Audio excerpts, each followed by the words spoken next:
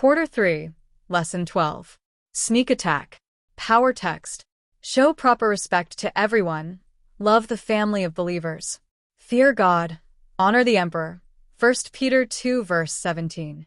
Have you ever been bullied? Is there someone who is always picking on you? Did you ever try to get even? For months David and his band of men hid from King Saul. Life wasn't boring. They had saved a border town from the Philistines. Jonathan had visited them. But mostly they just moved about, one step ahead of the spies who kept telling Saul where they were. King Saul knew that David had been chosen by God to be the next king. But he was still trying to kill David. He wanted his own family to rule Israel. Once again, someone sent a message to Saul to tell him where David was. This time, the message said, David and his men were in the wilderness of En-Gedi. Saul took 3,000 men and went after David again. While trudging up a mountainside on his evil quest, Saul decided to stop for a few minutes, so he turned off the path toward a cave. David had also received a message. He knew that Saul was after him again. David and his men had hidden in a cave. Caves were good places to hide.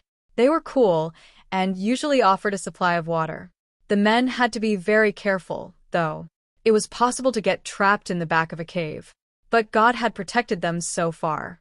Suddenly, the cave entrance got darker. A lone man entered. David's men nearest the cave entrance quickly passed the word. Then another message was passed back. The lone man was King Saul. David's men tried to convince him that King Saul was now in his hands. This was David's chance to overtake his enemy and occupy the throne of Israel. David looked toward the entrance to the cave, where the king was. But he knew that it was not all right to hurt the king. Yet David decided to see how close he could get to the king. Creeping quietly forward, David got next to King Saul. Quietly, he reached out and cut a piece of cloth from the bottom of the king's robe.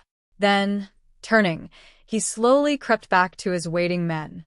They all waited quietly until King Saul got up and went out of the cave. "Look what I did," David cried out when the king was out of earshot. "I ruined the king's robe. I shouldn't have been even that disrespectful," he continued. His men looked at him in amazement.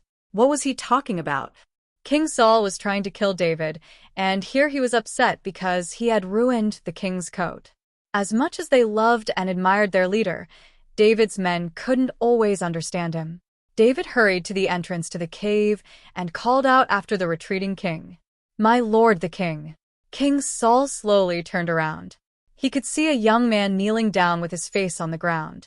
David continued to talk. "Why do you listen when men say, 'David is bent on harming you'? This day you have seen with your own eyes how the Lord delivered you into my hands in the cave.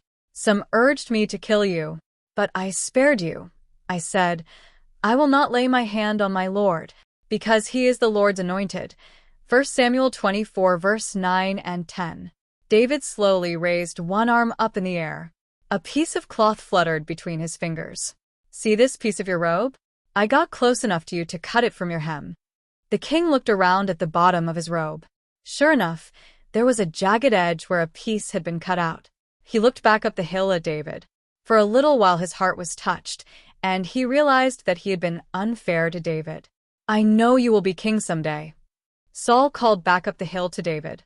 "You are more righteous than I am. Who has ever heard of someone letting their enemy get away, as you did today?" There was a catch in Saul's voice as he thought of what might have happened.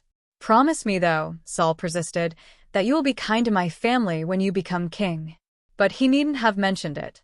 Before him knelt a young man who knew how to treat others with consideration and respect regardless of how they treated him.